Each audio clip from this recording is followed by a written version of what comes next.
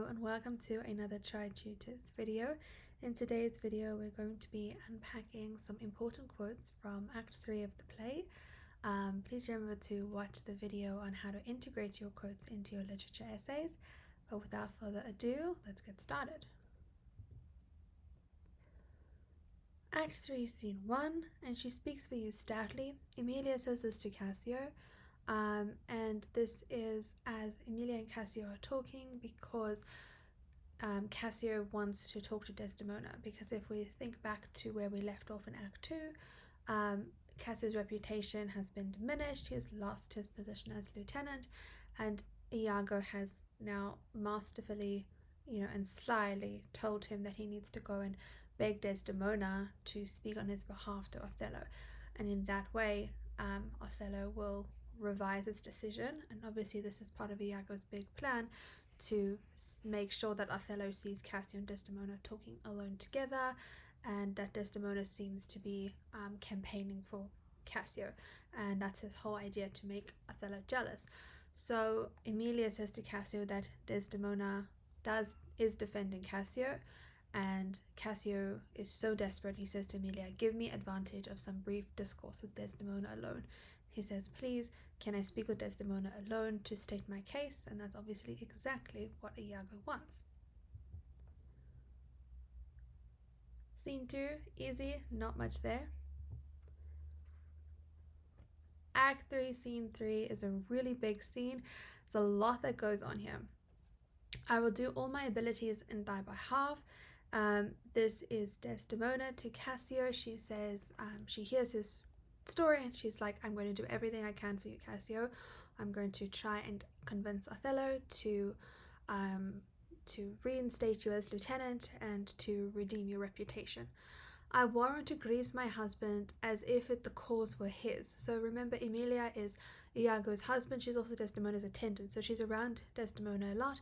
And she says that this whole issue with Cassio, that her husband, that Iago has been so upset about it, it's as though he was the one that caused the issue. So isn't that ironic? Because obviously he has caused the issue. So it's quite a funny line in terms of dramatic irony. In terms of the audience, we can laugh at that line, whereas the characters in the play don't know anything the better about Iago's true actions. "That's an honest fellow," Desdemona says this about Iago, so we can see that he's always called honest by everyone. "He's never anything but your true servant." Cassio says this to Desdemona. Cassio is a very loyal person.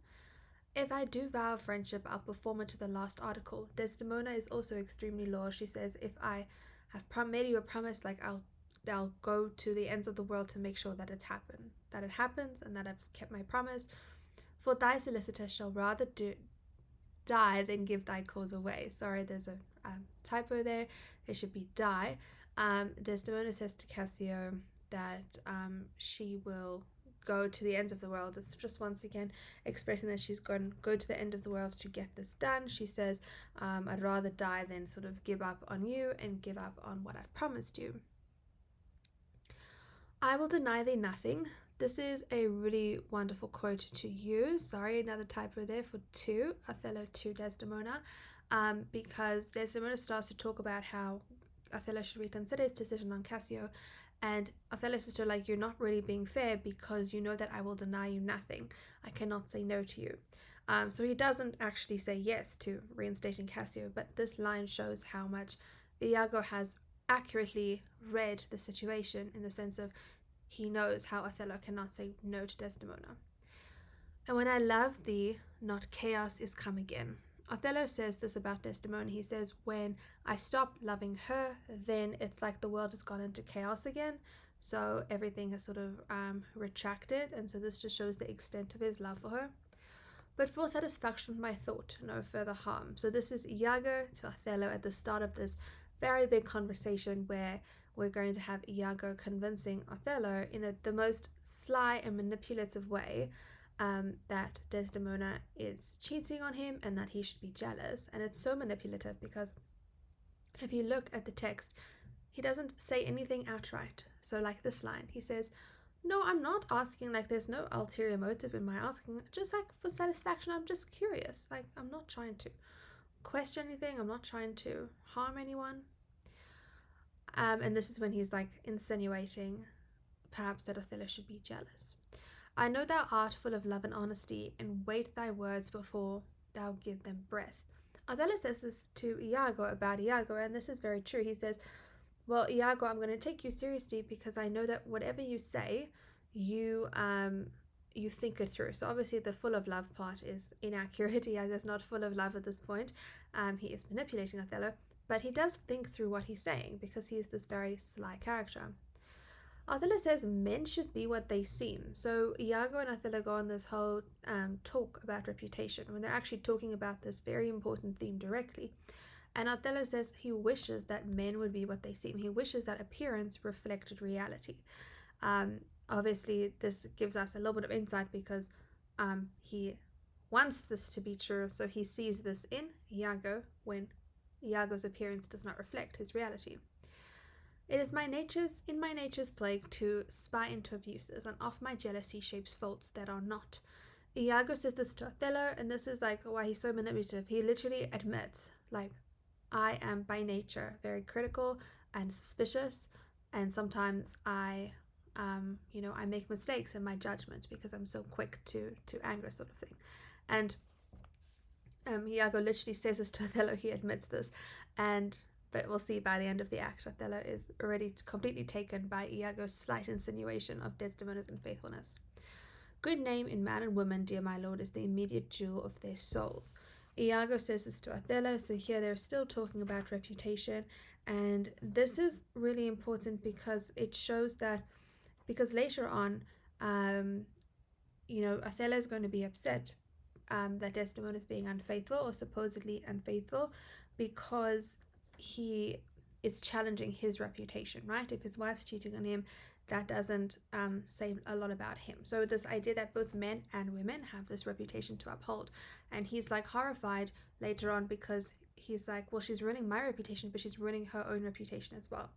And Iago says to Othello in this line that the reputation, your good name, is the most important thing about you. It's like the most prized possession that a person has. Oh, beware, my lord, of jealousy. It is the green-eyed monster which doth mock the meat it feeds on. So that is the most famous quote for Othello, where he warns him, literally, he says, beware, my lord, of jealousy. It is a green-eyed monster that makes fun of the victims it devours. So he says, be wary of becoming so jealous so quickly because it leads to destruction. Poor and content is rich, and rich enough. Iago says this to Othello.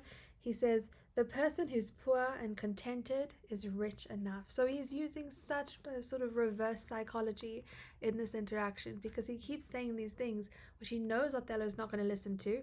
And then after putting all of that out there, he has these little lines where he actually says what he wants to say and insinuates about what he, that Desdemona is cheating on him. She had eyes and chose me. So at this point in the scene, Othello is still being rational. He's like, hold on a second. She had eyes. She is the one who chose to marry me. And he says, I'll see before I doubt. Notice how that's going to change by the end of the scene. He says, I'm not going to jump to any conclusions. Observe her well with Cassio. Iago says this to Othello. This is a really nice line to use. He suggests that Othello just observes how she interacts with Cassio and then he can make a decision himself. And that's the whole thing. Iago just gives these insinuations, or he gives these suggestions and recommendations, and Othello comes to his own conclusions, obviously as envisioned by Iago.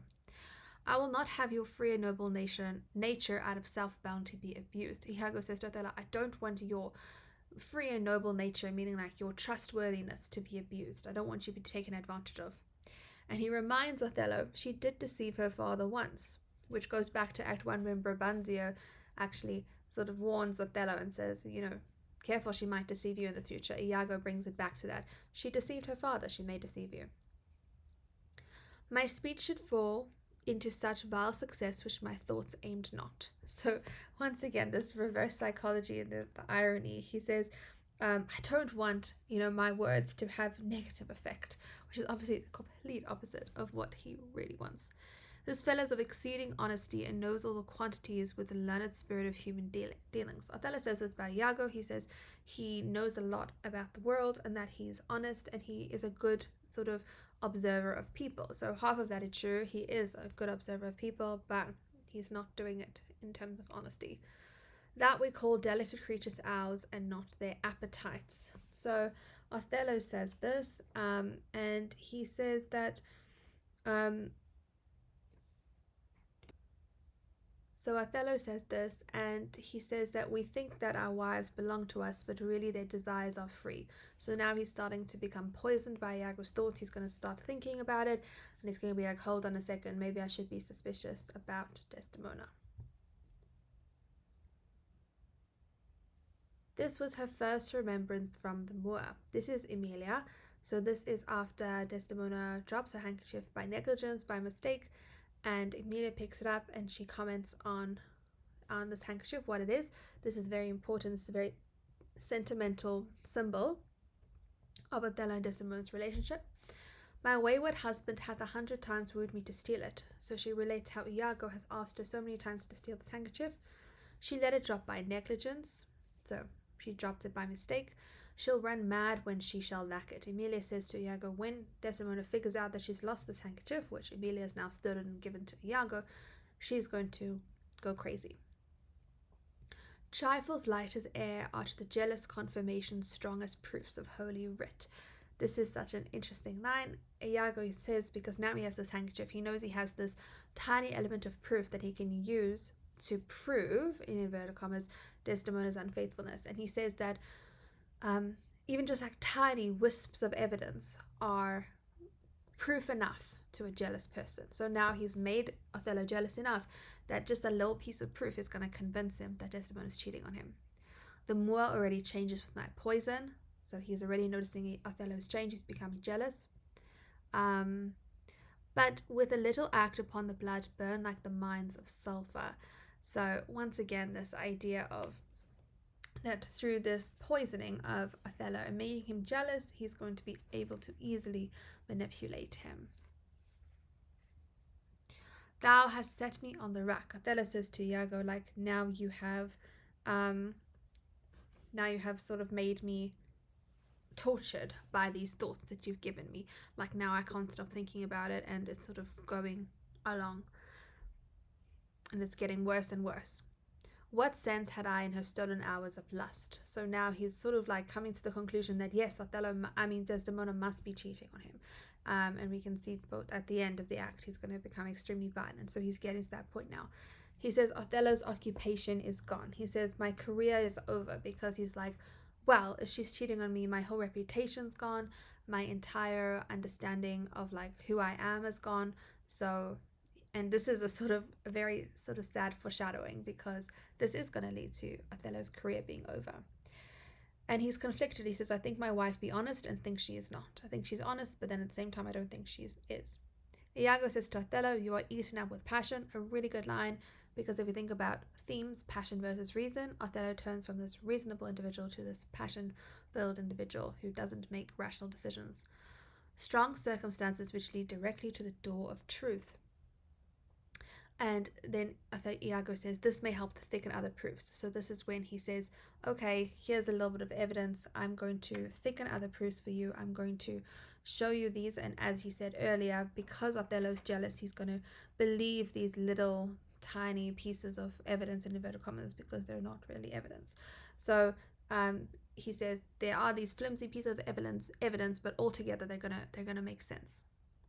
I'll tear her all to pieces. So now Othello becomes extremely violent, and he's going to take revenge on Desdemona. Did I today see Cassio wipe his beard with? Iago says to Othello, I saw that Cassio was wiping his beard with the handkerchief that you gave to Desdemona.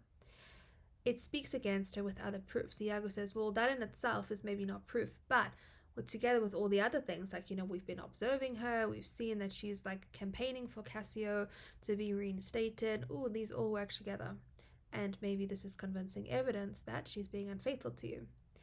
And Iago is so smart. He says he makes everything Othello's sort of fault, or not fault, but his he puts it under his accountability. He says, let him command, and to obey shall be in remorse what bloody business ever. He says, I'll do whatever you say, Othello, because you're the one who's deciding all these like sort of negative acts. I will follow them because I'm like your humble servant. Within these 3 days, let me hear thee say that Cassio is not alive. Othello says to Iago, within 3 days, I want to hear that Cassio is dead.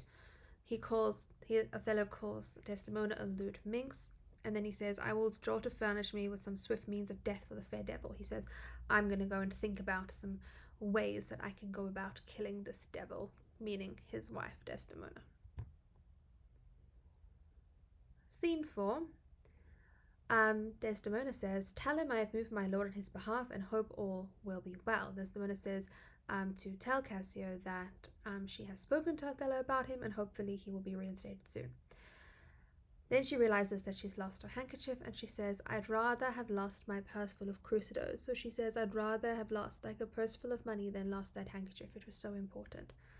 No such baseness as jealous creatures are, as if it were enough to put him to ill thinking. And Desdemona says, well, if he was a jealous person, if Othello was jealous, then he would, jump to conclusions. Obviously, she doesn't know yet that he has become this jealous person. When Desdemona and Othello then meet again, Othello asks to see the handkerchief because obviously Iago has told him that he's seen Cassio with it. And Desdemona says, no, she's just misplaced it. It is not lost. So she does lie to Othello because she gets worried by his reaction that she doesn't have it on her. I never saw this before. Desdemona remarks about Othello. She's like, I've never seen him behave in this way. I am most unhappy in the loss of it. She's very upset that she's lost this handkerchief. They are all but stomachs and we all but food. So Emilia says this about men in general. She says they are stomachs and women are sort of food, and they can like eat and spit out and sort of do what they want with women's feelings and emotions, and they can act however they want and get away with it. I do beseech you that by your virtuous means I may again exist. Cassio once again pleads to Desdemona, please talk to Othello on my behalf. Desdemona says, my lord is not my lord, meaning I don't recognize him anymore. He has become this other person that is jealous, or maybe she doesn't know he's jealous yet, but he's angry and she's never seen him this way. Men's nature wrangle with inferior things, though great ones are their object. Desdemona says when men are angry, they usually are upset about little things, but really it's something big that they're truly upset about, that they're truly worried about. They are not ever jealous for the cause, but jealous for their jealous. Emilia says they're not ever jealous because of a reason. Sometimes they're just jealous for the sake of being jealous. Take me this work out. Cassio says this to Bianca, so remember that the handkerchief has been planted in Cassio's belonging, and he talks to Bianca and he says, can you please copy this pattern? I like this pattern handkerchief, please copy it. And he admits that he has no idea where it's from. He says, I know not neither, I found it in my chamber. I don't know where it's from, I just found it in my belongings. Please copy this pattern. I hope that was helpful. Remember, you don't have to study all of the quotes, just choose the ones that resonate with you, that are easy enough to remember. And remember that an optimal quote, I would say, is between 5 to 8 words. So you can, cut and choose which words or which parts of the quote you want to study. As I said, I hope it was helpful. Please make sure to like the video and subscribe to the channel, and I'll see you in the next video.